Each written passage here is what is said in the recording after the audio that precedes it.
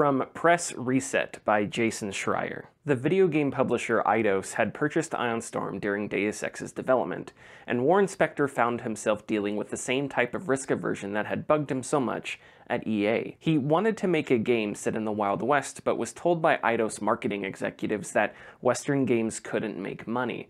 My response was, Western games don't sell until someone makes one that sells, Spector said. That prediction would come to fruition a few years later with Rockstar's mega-successful Red Dead Redemption. In the last 2 years, Elden Ring and Baldur's Gate 3 have dominated conversations in and around gaming, and yet neither are what we'd traditionally consider mass-market games. Elden Ring is unrelenting, difficult, and gives players little explicit direction. Its world and story are cryptic and opaque, falling right in line with From Software's long legacy of mysterious characters and lore. Elden Ring set sales charts on fire and is, without a doubt, one of the best games ever made. Baldur's Gate 3 combines phenomenal writing and incredibly well-crafted characters while carrying with it the spirit of old-school CRPGs and the open-endedness of a tabletop D&D session. Combat is difficult and detailed, with varied environments, hundreds of abilities and spells, and a push to constantly pit players against new enemies and challenges. Baldur's Gate 3 set sales charts on fire and is, without a doubt, one of the best games ever made. So what does this all tell us? What does the success of Elden Ring and Baldur's Gate tell us about what gaming is, the space it takes up in our culture, and how all that will affect the future? And why are they so popular? Larian's previous RPG, Divinity Original Sin 2, shares some flavor with Baldur's Gate 3 and is an excellent game in its own right, yet Divinity 2 hasn't had the same cultural impact as Baldur's Gate 3. Is this just because Karlach isn't in Divinity 2? Is Karlach the only reason? Stick close to Mama Kay. I think the answer, if not at least an answer, is simple, but it does require a somewhat more complex explanation. Baldur's Gate 3 and Elden Ring are, admittedly, somewhat extreme examples. A big element of Baldur's Gate 3's success is its virality, which I don't think is something you can reliably nor easily replicate. But each game's success also isn't some inexplicable online anomaly. What I think we're seeing is that as more and more people play video games, genres and experiences once considered niche or not market-friendly have reached levels of cultural relevance and acceptance never seen before.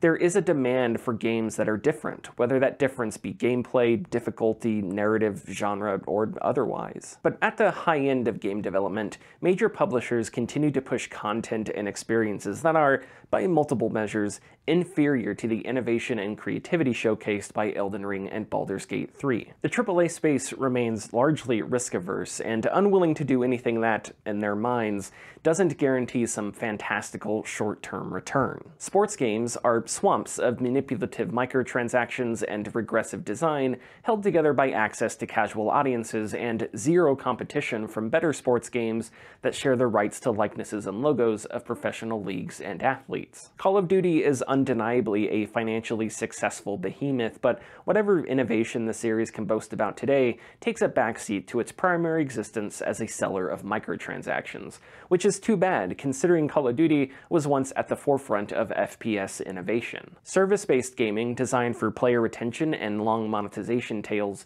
continues to be a struggle for multiple studios. Sustaining a lucrative player base is difficult, especially as the market for service games grows increasingly saturated and that player base needs to be paying and playing for an indefinite time stretching indefinitely into the future. I believe the AAA industry is more reactive than it is proactive, and many of the trends it's chased over the last decade, from modern military shooters to battle royale modes, loot boxes, hero shooters, and looter shooters, are underpinned by this same sickness, an attempt to wedge live service economies into markets beyond phones, like consoles and PCs. It is undeniable that service-based gaming is lucrative, but the industry's hyperfixation on service-based gaming is not a hyperfixation born from necessity.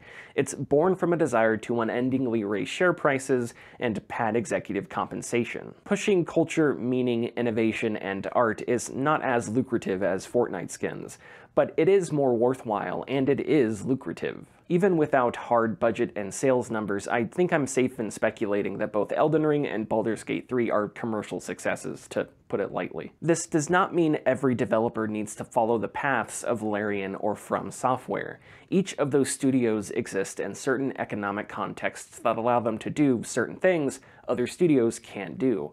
But innovation, inspiration, and creativity comes in all shapes and sizes. Stray is a post-apocalyptic adventure game where you play as a cat. It sold well, won awards, and was a major success. Disco Elysium is an RPG about a detective with addiction issues, amnesia, and a whole other shipping container's worth of baggage. It's funny, somber, deeply meaningful, and has writing straight out of a Mark Fisher essay. Not that I really know who that is. Death Stranding is a sprawling, verbose, and nauseatingly self-indulgent game about societal divisions and building bridges. I've finished it twice and absolutely cannot get enough of it. The previous two Zelda games, Breath of the Wild and Tears of the Kingdom, base their open worlds on exploration, discovery, and emergence. Both will go down among the greatest games ever made. Hades made room for itself in the crowded roguelike genre with clean combat, extremely well-written characters, and a fresh take on Greek mythology. Each of these games are successful and are wildly different from each other and from other games,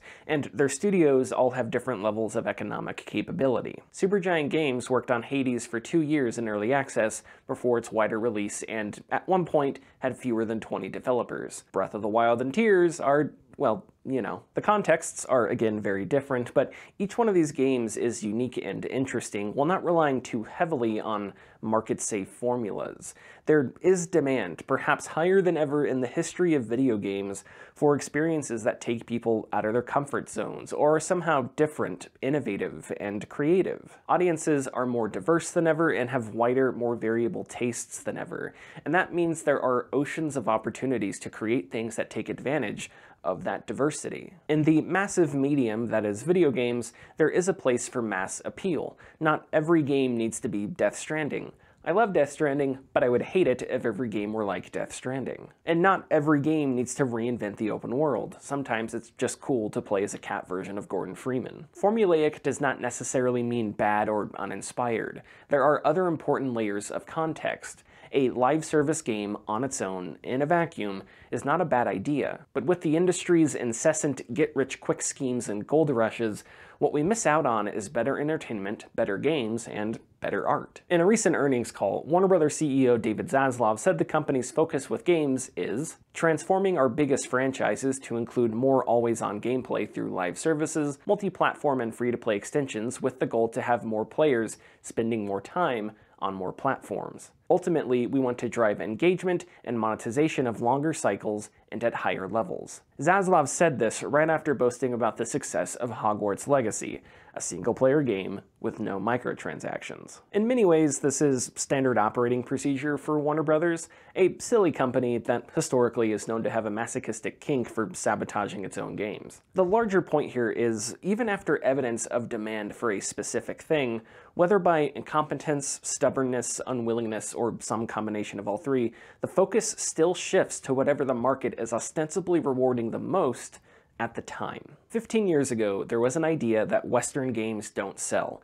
This belief wasn't based on reasonable evidence. It was a stupid belief, especially considering that Westerns, as a genre, share a special place in American fiction.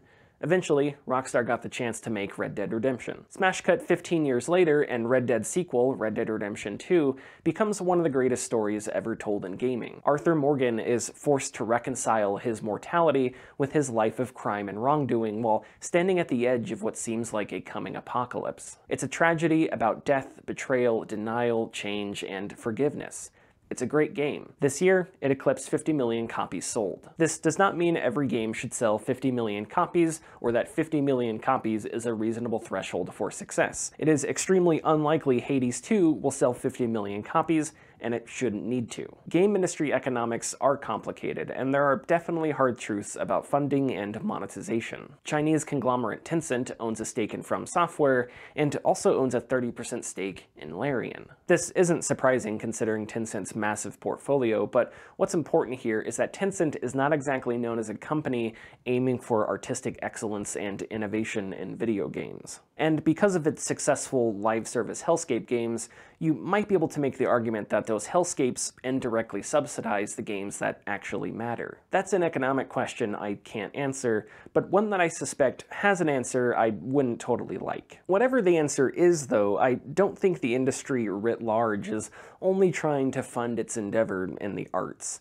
At the largest levels of power and capital, the industry is not balancing the creative and meaningful with the monetizable. What the AAA industry should learn from Baldur's Gate 3 and Elden Ring and many other games is that there is demand for a diverse slate of experiences that put gameplay and creativity first. They may not have the recurrence and long monetization tails the industry wants, but those oceans are red, and there are plenty of blue oceans waiting to be explored, some growing faster than ever. All it takes is a willingness to see it, a willingness to set reasonable and sustainable goals, and the realization that, yes, especially in the United States, people will buy a game about cowboys.